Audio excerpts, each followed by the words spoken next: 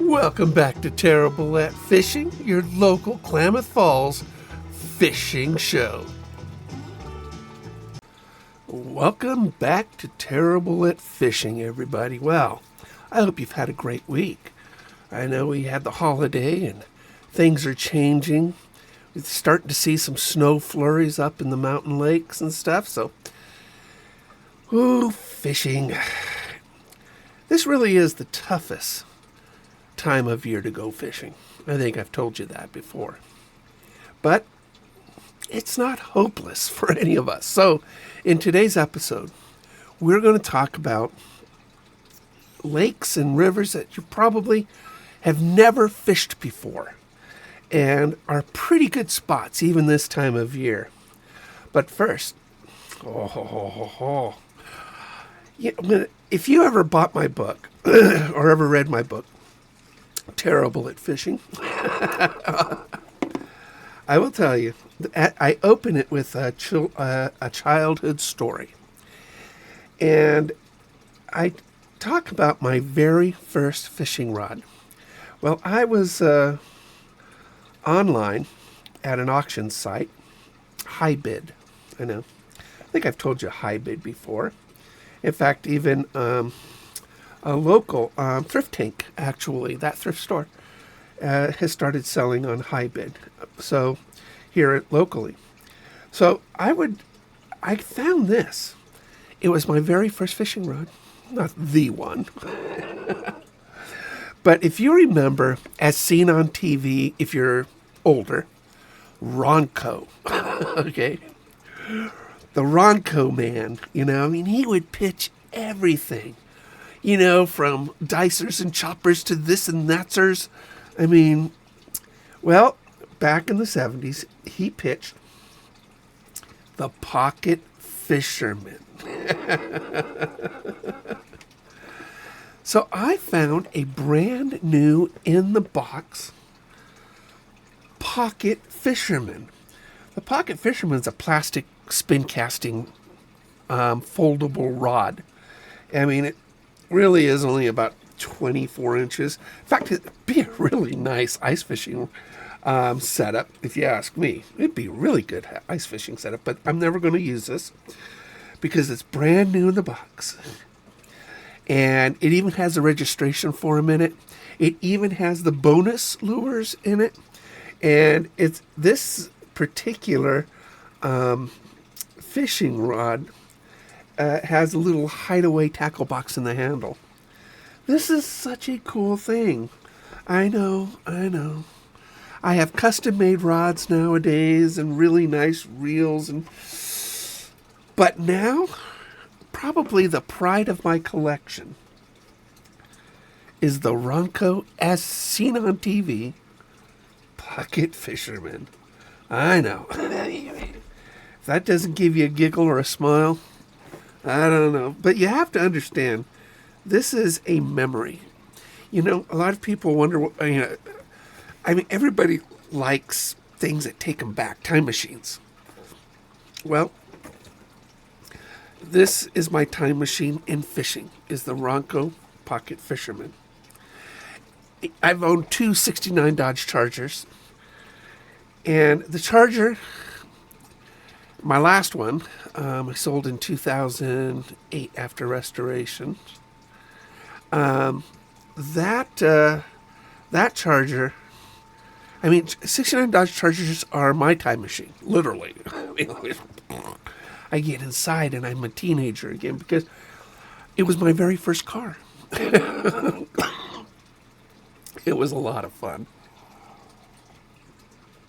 Never give that much horsepower to a teenager. They just blow it up. Anyway, so today we're going to talk about rivers and lakes, and some of them are pretty close, and then some of them are a little bit of a drive. So we're going to sort of start here in the area, in the southeast area of Oregon. And if you go to ODFW, if you can go ahead and look this up. But you always hear me talking about certain types of water bodies that I am comfortable of getting to know, like Lake of the Woods. Now, Lake of the Woods is still open. The marina is broken apart and taken in for the season. But you can still go out there and launch a boat and have a good time with it. Now, the last time they were stocked with trout was September 15th. They were given 1,500 legals. Now, the beautiful thing about being stocked with just legals is that bigger fish come up and eat them. And the kokanee just finished spawning up there, so the big brown trouts are, feasting right there. And you'd be surprised at what you can catch if you're patient. And it really requires patience. In colder water, fish are more lethargic. So you want to fish slow and very methodically. Go to different depths and let it sink, or use a bobber and just let it sit. It requires a very, very casual way of fishing.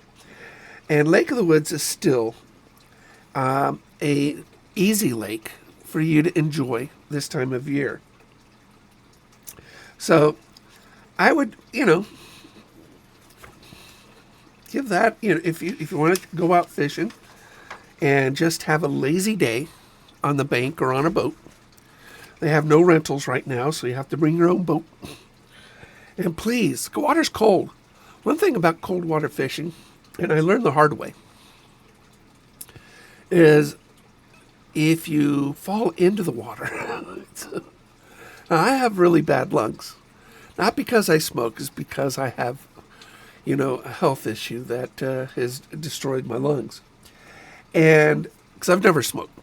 And I fell into the Lake of the Woods in April 2 years ago. And I've probably told you this story before, but I flipped my kayak out on a windy day. And it was just after the freeze, or after the thaw. And no boats. Marina wasn't built yet, nothing. And I got it, and I hit the water. I could not breathe. One thing, even with two good lungs, it's very difficult to breathe in cold water. It just sucks. It's like a vacuum. It just removes all the air out of your lungs. And I knew I was in trouble. So this is my warning. I spent 40 minutes in that freezing water. I should have died. 10 more minutes, they said I would have died. When they dragged me out, flew me to the hospital and warmed me up. You want to make sure that, one, you wear your PFD. Two, you have a whistle, and some kind of I now have an emergency beacon on my wrist, my Garmin watch, and make sure that you take your precautions, and let people know. Don't go fishing by yourself either. Maybe I do that a lot. Although I was on a kayak, so obviously it's not a tandem kayak, but it was a nice. My son's got the kayak nowadays. I don't get in a kayak anymore, safe to say. I have a boat. But you can still have access to Lake of the Woods. And if you, work some spinners and some jigs, from the shore, I think you could probably still catch a lot of fish up there. But you're just going to it's a lazy day, guys, gals. Lazy day. Now, I don't know. I've told you briefly about Willow Valley Reservoir. Now, Willow Valley Reservoir is right on the Oregon-California border. It is south of Gerber Lake. And Willow Valley is, the largemouth bass in that particular lake is really good. I mean, you can catch 3, 4, 5 pounders on a regular basis in that lake. But they have also crappie, bluegill, and maybe some yellow perch, which is no big deal. You know, you don't care for that. But bluegill and crappie are fun to catch.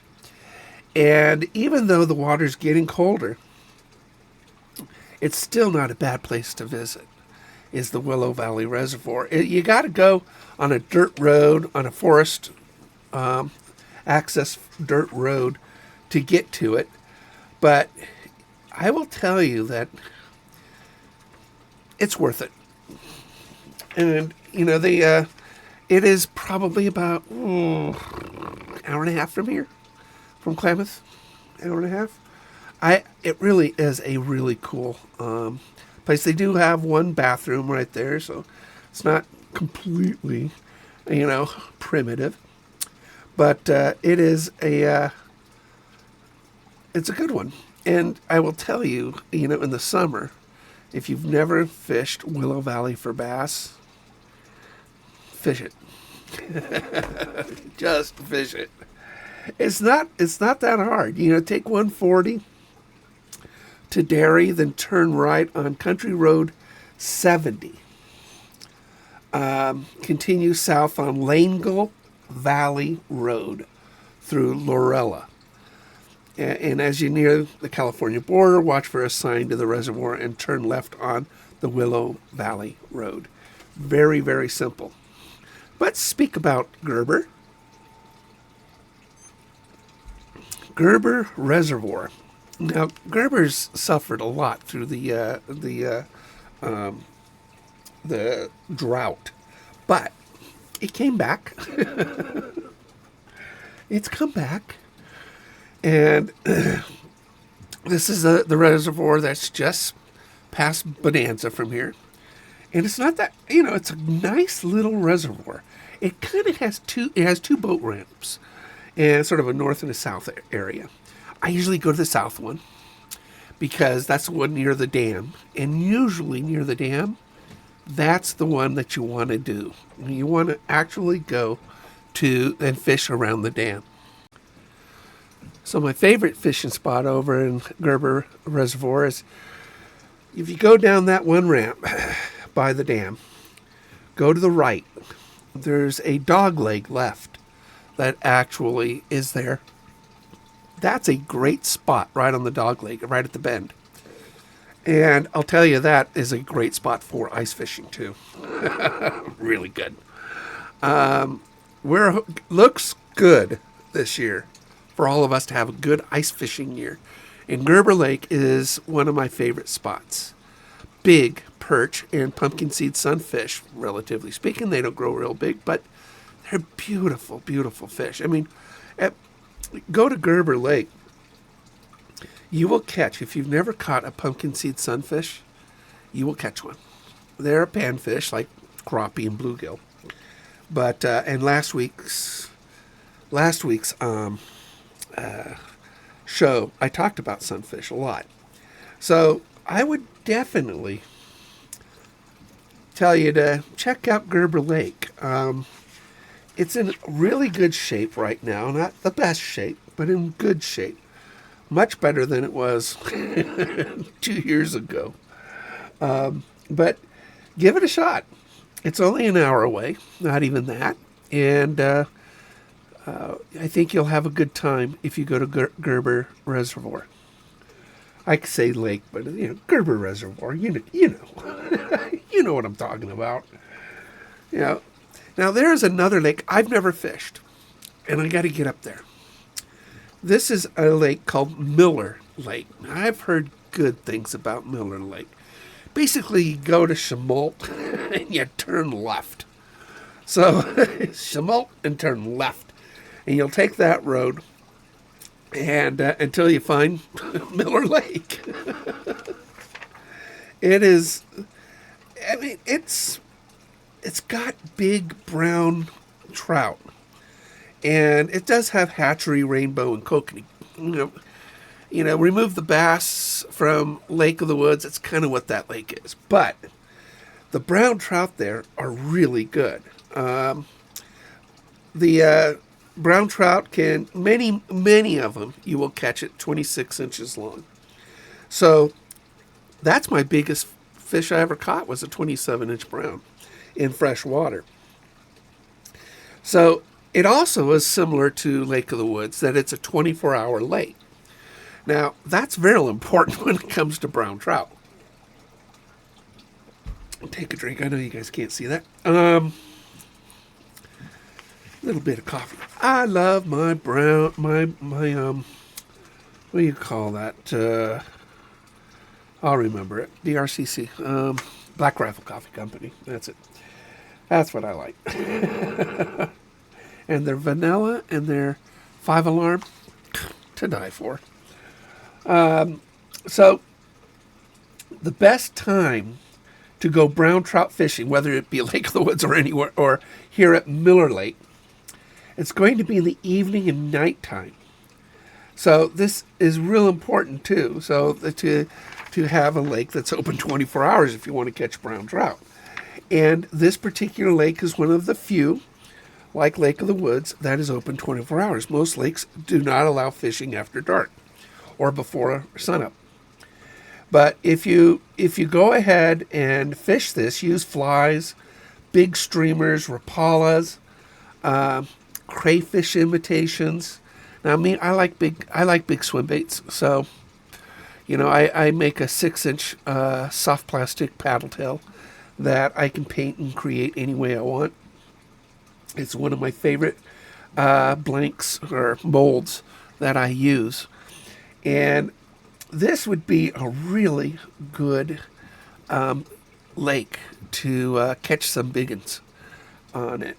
And, with an 8/0 hook through my 6-inch, I don't think I'll be able to reel them in. So to get there, you just, from Chemult,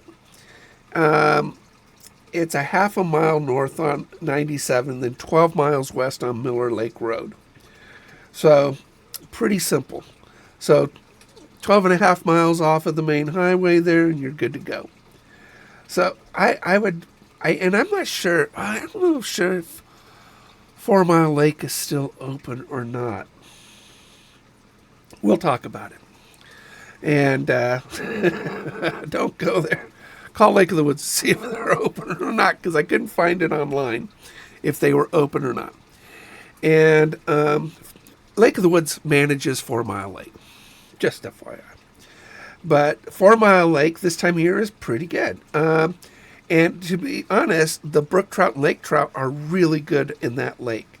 So if you want to do some fishing at 4 Mile, call before you go to Lake of the Woods and make sure that they're open. But they will close it for the winter because the road does not get groomed. So they'll shut it down and it'll just snow in, and you can still fish it. You just have to go in with snowmobiles, but there's no snow yet. Not that much. So I think you're okay. Anyway, give them a call before you go. This time of year is going to be open-close type of thing. But I went online to make sure, and didn't say it wasn't closed. So anyway, 4 Mile Lake. Really good lake for brook trout and lake trout. And these are wild brook trout and lake trout. And they also have farm, hatchery rainbow trout there. In fact, they were just recently stocked. So just use your regular techniques for your trout, and swim, a good rapala. Some of those trout are huge. You can catch them with hard baits. So, but spinners, and I think you could do a pretty good job if they still got it open. So there's another lake, and I don't. Let me look.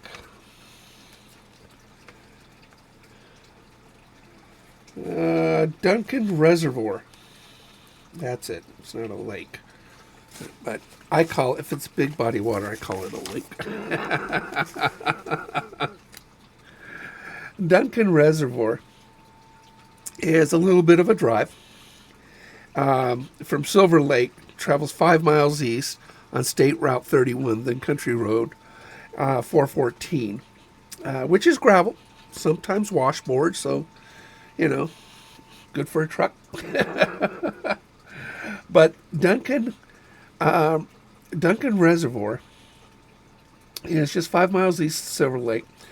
Trout grow fast in those waters, and stock trout can reach 20 inches by the summer's end, so there's some pretty big trout this time of year.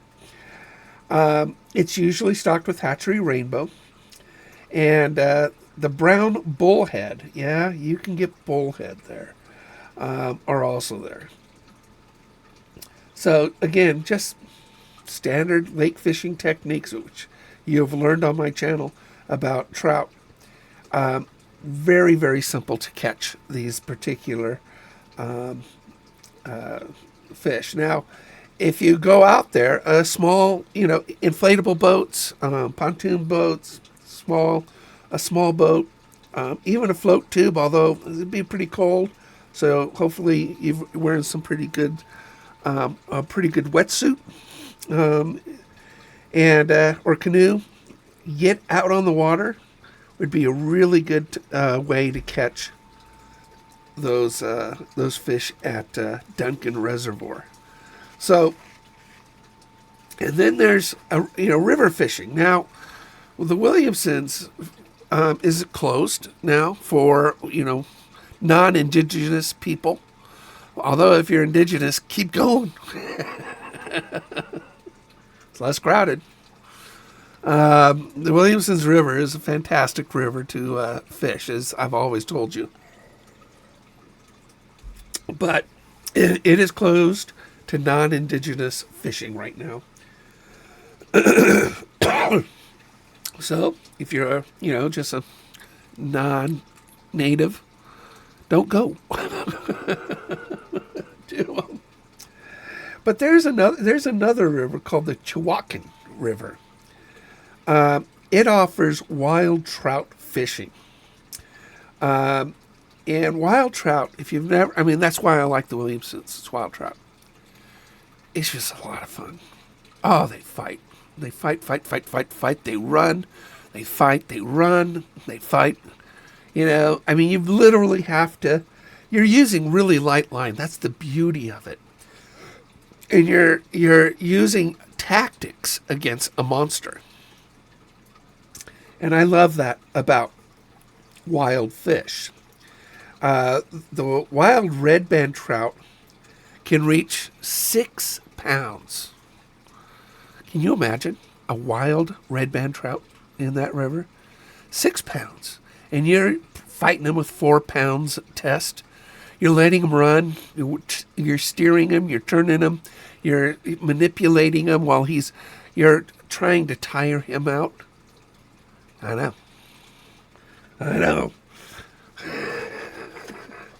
This is so much fun. And this is, it's a small body of water. It's a standard sort of stream fishing techniques would work on it. In the summer, we use stonefly or caddis nymphs. So it is really an abundant river, and it's a great place to take kids to learn how to fly fish. Casting, a bobber or what they call an indicator. I know. I'm learning fly fishing, and so they don't use bobbers. They use strike indicators. I know. That's fancy. That's like saying you're a sanitation engineer. But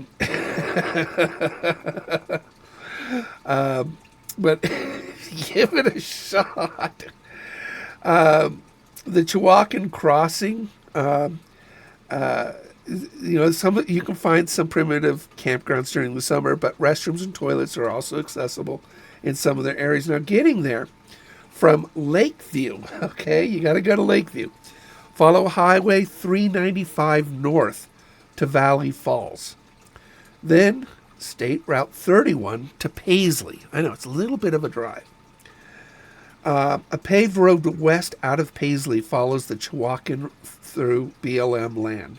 and into Fremont National Forest. So give that a shot. I'm actually excited about giving it a shot. Can you imagine, a 5 or 6 pound red-banded trout? Oh, how much fun is that? And fly fishing is great in the winter, from what I'm told. It's one of the reasons I'm learning it. Because bass fishing stinks in the winter. All right, we haven't even talked about Fish Lake yet. All right, now Fish Lake is also a great ice fishing lake when it freezes over, but right now it's not frozen. So for you trout junkies, and I'm trying to become a trout junkie, but it has really good brook trout fishing, stocked legal size rainbow trout and trophy size, and and they have tiger trout. Tiger trout is a planted population control mean old fish. If you catch it, it's beautiful. It's a beautiful fish, but you got to put it back. It is illegal to keep a tiger trout. So you're going to fish it a lot like, any other lake, and try to get off the shore. But bank fishing works really, really well at Fish Lake. So give that a shot and see what you can do at Fish Lake. You'd be surprised. We pull up some really big fish out of Fish Lake. Trouts, but some of them, like the tiger trout, oh, you gotta check it out. You really gotta check it out. It is really, really an amazing fish to hook in and land.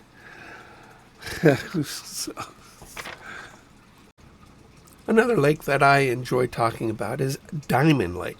Now, Diamond Lake is, it's the mecca for ice fishing.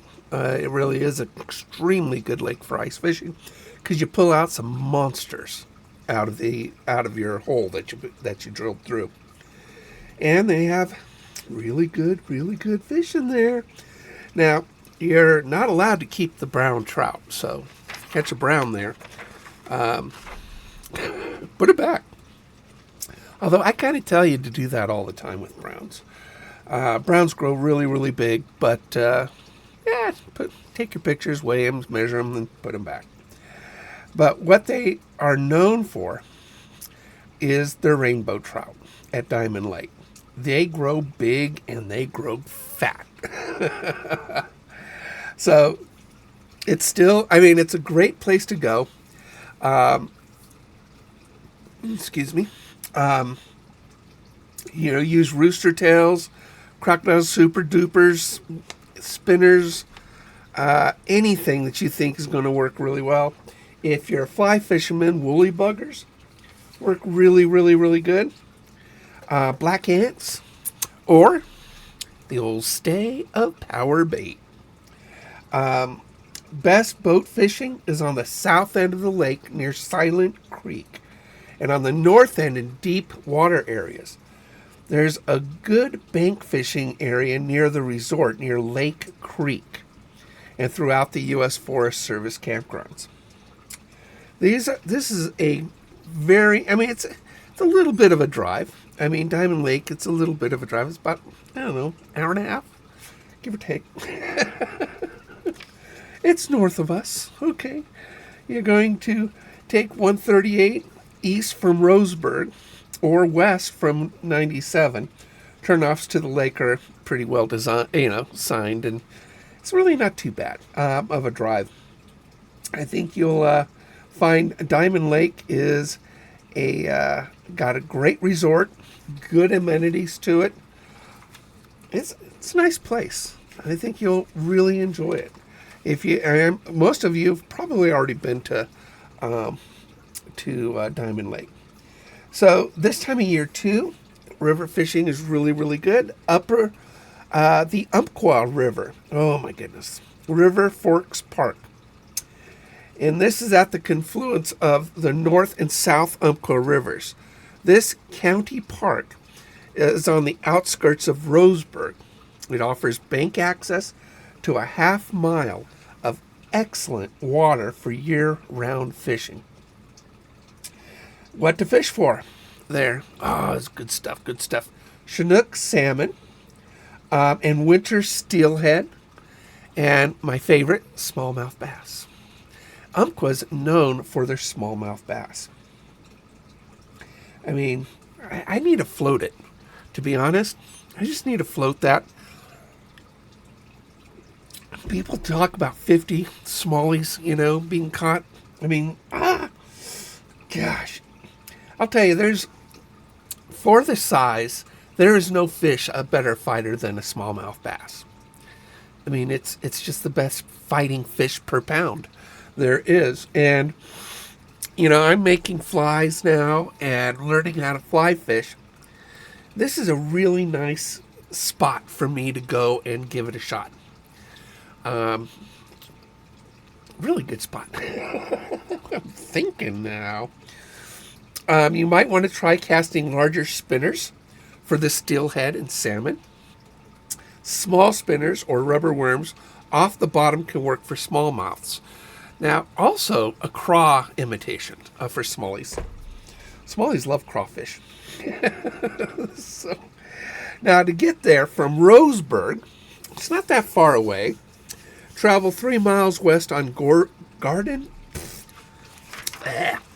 Valley Boulevard. Turn left on Old Garden Valley Road. And for 2 miles, then left on River Forks Park Road. There's that county park will give you access to the North Umpqua. And again, good bank fishing there. So, man, makes me want to go fishing, doesn't it? Makes me want to go fishing. In October and November, which is where we're at, the water temperatures peak in September, but the fish usually slow down this time of year. But you'll find that a simple technique is to cast and retrieve a size 4 spinner through the riffles, tailouts, and pools. Peak fishing for spring Chinook is in May, June, and July. You'll want some heavier gear to throw those large spinners. That's because of the water flow. So there's another area, too, that I've been wanting to try, which I have done twice. But there's more than one spot, and that's the Denman Wildlife Area Ponds. Now, this is over in Medford. This is several ponds, and it's in the Denman Wildlife Area. A permit is required to park on the wildlife area, so make sure you do that. But you'll catch largemouth bass, bluegill, black crappie, brown bullhead, and carp. I'm not a big carp fan, but oh my goodness, they grow big. I mean, I fished at a lake once. We'd see 4-footers underneath us. They're just, I guess, to me, they're kind of a trash fish, but there's a lot of carp fishermen out there and fisherwomen. So all lake fishing techniques can be effective in these ponds. The largemouth bass in the summer months will strike the surface. So, bass, tough. But the bluegill, fun. I love catching bluegill. I think it was my very first fish I ever caught on my pocket fisherman was bluegill. So there. Pocket fisherman. As seen on TV. Okay, now back to our show. So to get there, from I-5, take exit 30 and head north towards White City on Highway 62. Continue approximately 5 miles north and turn left on Agate Road, which, by the way, is another nice lake. We'll talk about that in a second. Head north on Agate Road for 1 block and turn left west and East Gregory Road, continue on East Gregory Road, about a half mile. So, and you'll have Whetstone Pond is located on the right, and the entrance to Denman Wildlife Area Road, District Office. So continue straight. Do not make sharp left corner. Okay. But Agate is also a nice bass crappie lake. And you can catch a lot of... Agate is a great bank fishing lake. Oh, my goodness. You don't even need a boat on Agate. Just pull up a chair and start catching. It really is nice. Another nice thing, let's talk about Howard Prairie and Hyatt reservoirs, all right? I give you fish reports for Hyatt Prairie and Howard Prairie and Hyatt quite often. Now, during the drought, these lakes just dried up. They just dried up. But what they did in order to bring life back to them is before they removed the dams on Klamath River, they harvested the fish out of the Klamath River, the warm water fish. So they got a lot of bluegill, they got largemouth bass, they got crappie, and they transported them from the Klamath River and dumped them into these lakes. So they really did, in order to bring these lakes, to jumpstart them, to bring them back to life again, because Hyatt dried up. Howard's Prairie was only like 5%, I think, and there was a no-limit catch. They were basically, telling everybody to get the fish out of there because they'll die otherwise. But these two lakes are good fishing lakes. They really are. And I'm a bird watcher too. It's another reason why I moved here. And sandhill cranes love that area. So the sandhill crane is a beautiful, beautiful, tall, white bird with a red top. I guess, kind of looks like the red reminds me of woodpeckers, but it's a crane. So both lakes are stocked with rainbow trout and warm water species such as panfish bass and bullhead catfish. So they are really good lakes to not only bank fish but also to get out on them. They're actually good sized lakes now, so they are they're good. They're good. So give them a shot. It's just on Highway 66, so really simple. It really is a very simple fishing expedition for you. It's a little slow right now, though, over at those lakes because, they did put warm water fish in it, and the water's cooling down quite a bit right now. Now, there's another lake I've never actually fished at, and it's called Selmac Lake. I know if some of you have probably fished Selmac. It's just past Grants Pass off of 199. I've never fished it, but in doing some research, and I fished a lot of lakes, but usually I kind of stay around the Klamath Basin. So Grants Pass is a new discovery for me recently this year because I went on the Rogue and went steelhead fishing. And that was really, really, really, really cool. But Selmac Lake is the largest standing water body in Josephine County. It's about 2.5 hours from here. But usually 2 hours is my radius, but this one's got me intrigued. Okay, there's lots of good bank access. So it's great for families and kids. And this time of year when you don't want to get on the water, but just sort of like kick back a little bit. It's heavily stocked with catchable rainbow trout. And it's excellent fishing for a lot of warm water species. So the largemouth bass are trophy size. So you can catch some, from what I understand, Selmac is actually a really good lake for largemouth bass. So you know what, this time of year, because it's cold, again, you're going to go deep and slow for those. Now, the black crappie and bluegill can be fished for from the pier and from several dikes located around the lake. Don't cast too far into the lake. Many fish are available close to shore, which is true. Very, very, very true. So, Selmac Lake is one of those interesting little lakes that, I don't know, I find intriguing. So, and then one I talk to about a lot is Emigrant Lake.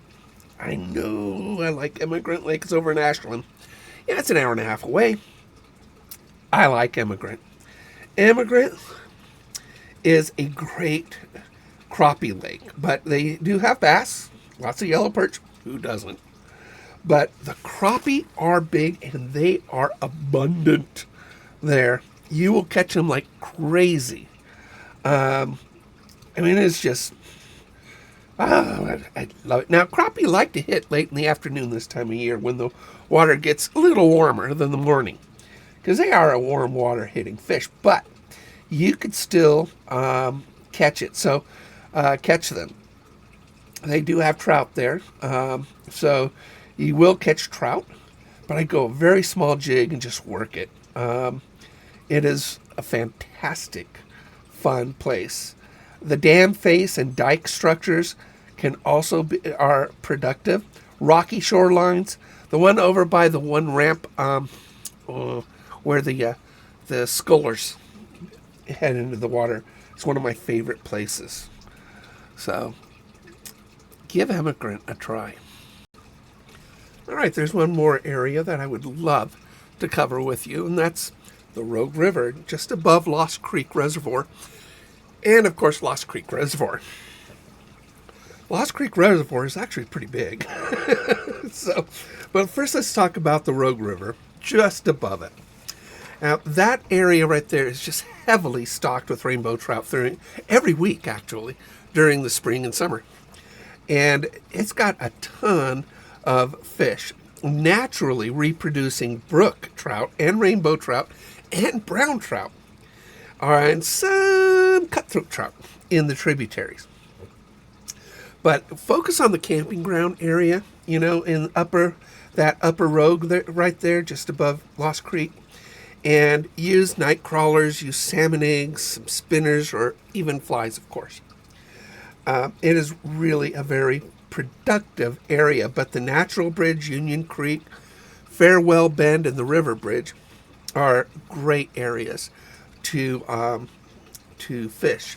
Now, Lost Creek. I've had a few of my friends and viewers and listeners tell me, might cover Lost Creek more.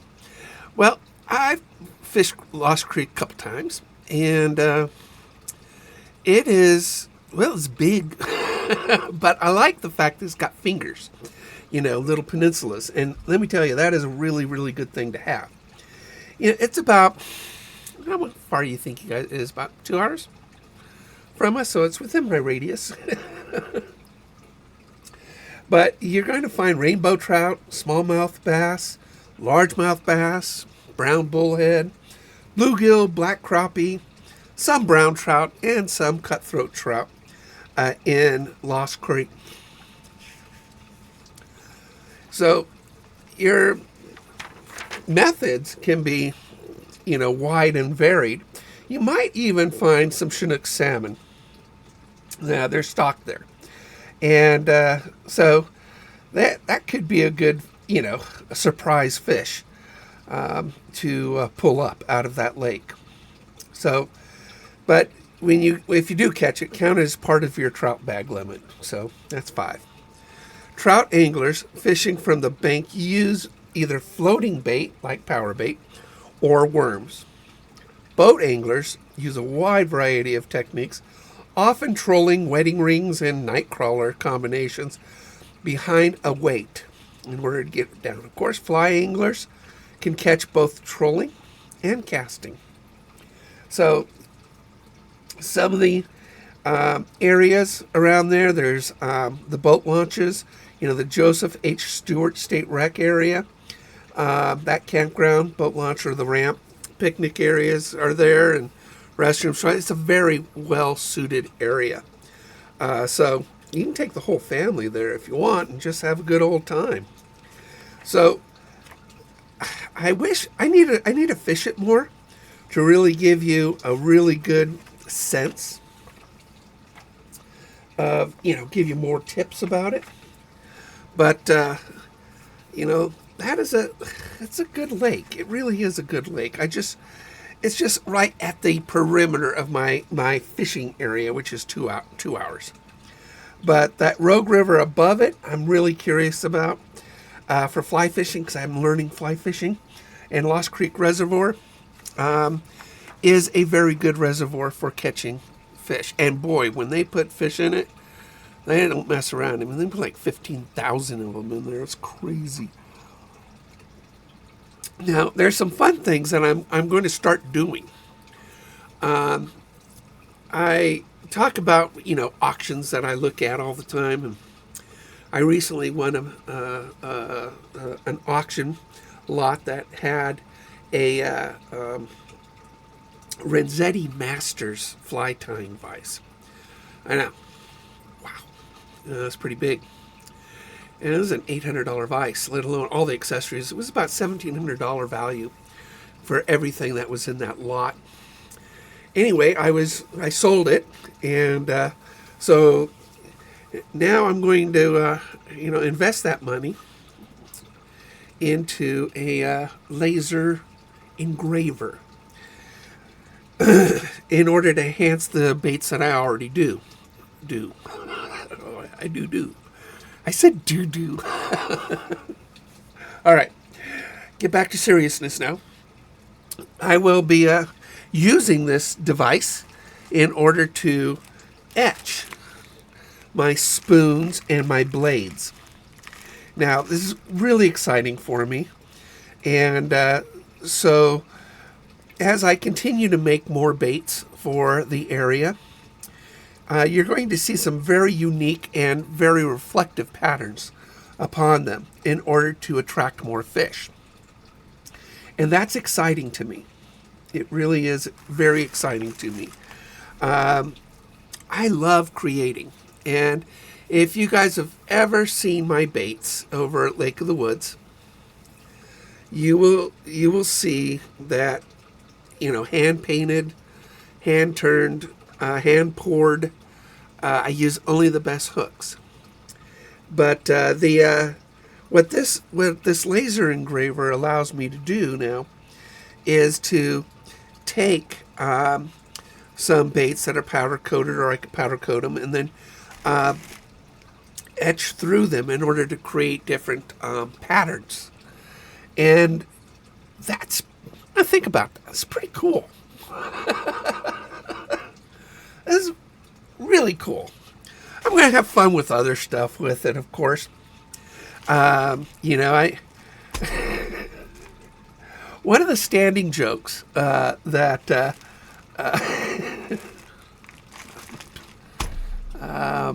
should I say it? I'm a Christian. I know.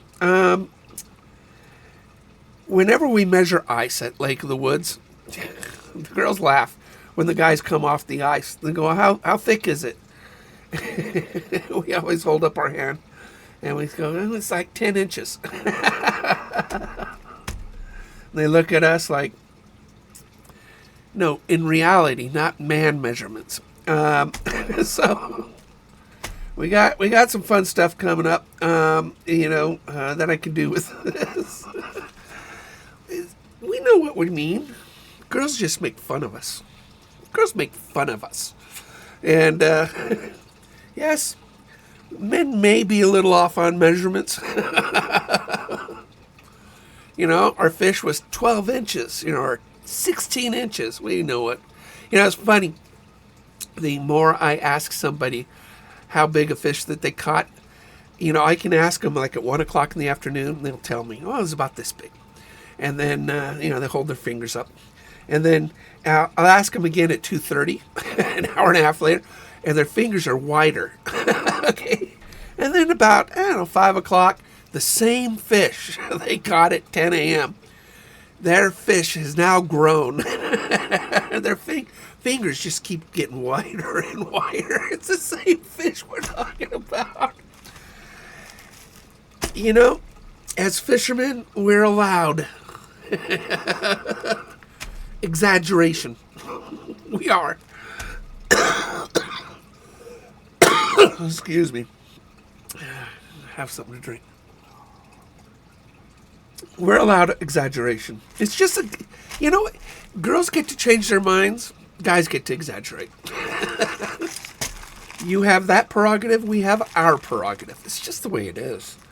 It is funny though, and I get humor out of it when I ask somebody how big that fish was.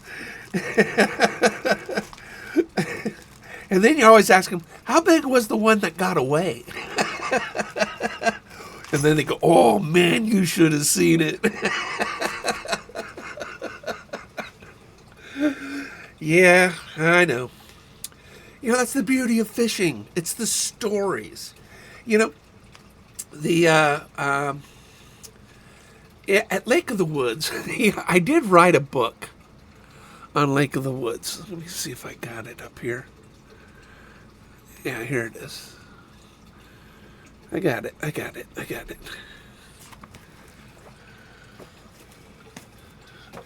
I have my books. I got my books. Here it is. And there's these, you know, there's true, you know, there's fiction and nonfiction lore around Lake of the Woods. And in my book at the end, it's I put some stories in it. This is sort of my first draft. Where's my finished draft? Here it is. No, that's not it. All right, we'll have to.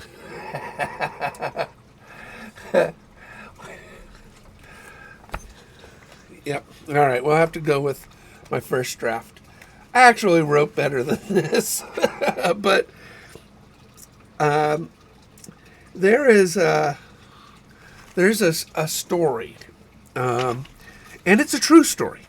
Okay, it's a true story, and this particular mystery started at 7:30 in the evening, October 13th, 1942.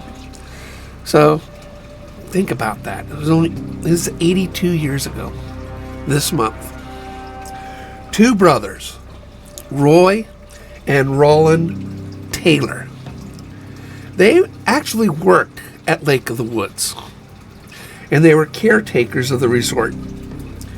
They set out at 7:30 in the evening. Now they had said hi to some other people before they went out on this crystal, still, placid lake in a metal boat that they deemed unsinkable. And they did this for some night fishing, but that was the last time anybody had heard from them. They went out on the lake into the dark, and that was it. This has remained a mystery for 82 years. We still don't know what happened to them out there. The next day, pieces of the boat and oars were discovered on the shore. The lake was calm all night. There was no storm. In July 16th, 1945, during a recovery effort of a missing person in the lake, a corpse was recovered, badly decomposed and believed to be one of the brothers of that fateful day. Later to turn out, it wasn't either one of them. The cool thing about Lake of the Woods is that it holds secrets. A lot of them. I've told you before about the mysterious body that was recovered wrapped in barbed wire. Nobody knew that body's identity. Again, they thought it might have been one of the brothers, but it wasn't. What would happen? What can happen on a beautiful evening? No storm, no bad weather, placid conditions. You guys have all been to Lake of the Woods. It's not that big, but a boat going out into the dark with two of the caretakers of the resort, good boatsmen, and on a very good boat. And pieces of the boat the next day, and the vanishing of two young men. Interesting. There's more to this story. We don't know what it is. But Lake of the Woods has got mysteries that we have yet to uncover. I want to thank you all for tuning into Terrible at Fishing this Friday. Please check me out on my YouTube channel. So much fun stuff we're doing on my YouTube channel. And please, wherever you go fishing, leave it cleaner than when you found it, and tight lines to each and every one of you.